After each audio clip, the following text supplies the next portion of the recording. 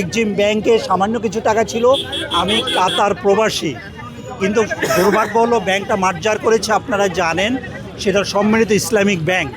আমার একটা প্রশ্ন হলো মাননীয় গভর্নর মহোদয়ের কাছে, যে আমাদের যারা আমরা পুরান গ্রাহকরা আছি ওদেরকে আপনারা কিছু চালু করে দেন, তাহলে ইনশাআল্লাহ আপনার নতুন নতুন গ্রাহক পাবেন, আমরা দোয়া করি।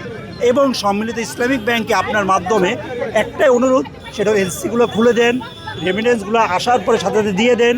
আমাদের যে পোস্টারিংগুলো আছে, আমাদের যে লোগোটা আছে, এখনও আপনি যদি যান দয়া করে দেখবেন আমাদের 5টা ব্যাংকে এখনও আমাদের সাইনবোর্ডটা চেঞ্জ হয় নাই।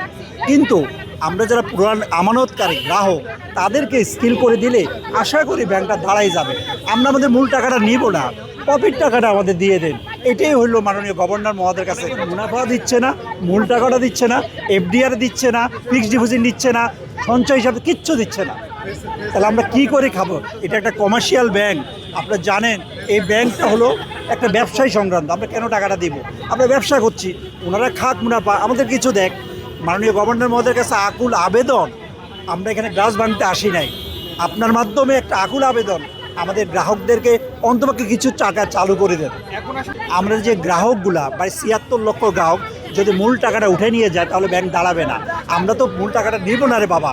আমার 100 টাকা থাকলে আপনি 10 টাকা দেন, আমার 200 টাকা থাকলে আপনি 5 টাকা দেন, আমাদেরকে আনাগোনার মধ্যে রাখেন। টোটালে দেয় না, টোটালে দিচ্ছে না। দাঁড়ালাম, এটা নতুন গ্রাহকরা জানাজানি হচ্ছে, প্রচার হচ্ছে, বদনাম হয়ে যাচ্ছে। যদি বদনাম হয়ে যায় তাহলে তো জনতা ব্যাংকের মতো, জনতা ব্যাংকের অবস্থা ভালো না, সরকারি ব্যাংকের উপর মানুষ আস্থা রাখে না। যদি একবার প্রচার হয়ে যায় তাহলে তো আমাদের সম্মিলিত ইসলামী ব্যাংকটা দাঁড়াবে না। মাননীয় গভর্নর মহোদয়ের কাছে একটা অনুরোধ, যে আমরা যারা পুরান গ্রাহক আছি আমাদের কিছু লেনদেন আপনারা চালু করে দেন। ওনারা আমাদের কোনো লেনদেন চালু করছে না।